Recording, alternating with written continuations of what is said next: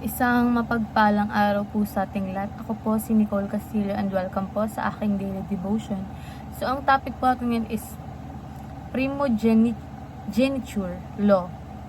So, in biblical times, primogeniture referred to the rights of the firstborn son to inherit leadership, authority, and a double portion of the family estate.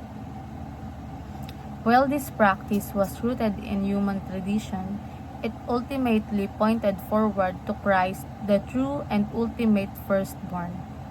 In Him, God's inheritance is not given by bloodline or human merit, but by grace.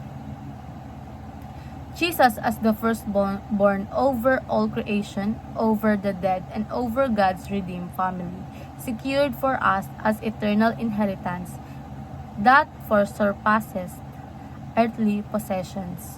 So ayon po sa Colossians chapter 1 verse 15, the Son is the image of the invisible God, the firstborn over all creation. So dumako naman po tayo sa ating katuruan. Sinasabi po dito na ruler, Jesus is the firstborn over creation. So, sinasabi po dito na kumbaga ibig sabihin si Jesus ang una na at pinakamataas sa lahat ng nilikha.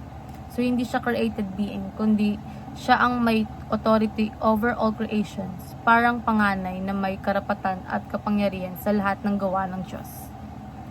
So next is rescuer. Jesus is the firstborn from the dead. So ito naman tumutukoy sa pagkabuhay muli ni Jesus mula sa kamatayan. Siya ang unang nabuhay muli na hindi namamatay ulit. At dahil doon, may assurance tayo na may eternal life din tayo. Next is Redeemer. Jesus is the firstborn over His family. So si Jesus ang panganay sa pamilya ng Diyos, lahat ng believer ay kapatid niya sa pananampalataya. Siya ang modelo, protector at provider ng pamilya ng Diyos.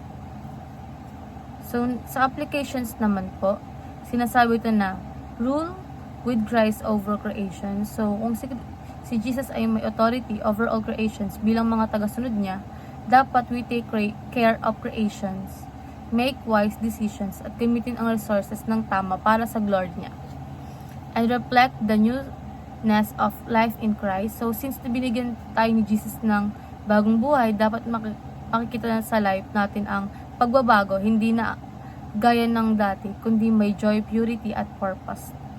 And next is resemble the character of our older brother. So kung si Jesus ang panganay sa family of God, dapat ginagaya natin siya sa love, humility, patience at obedience sa Diyos. And ayun lamang po, maraming salamat.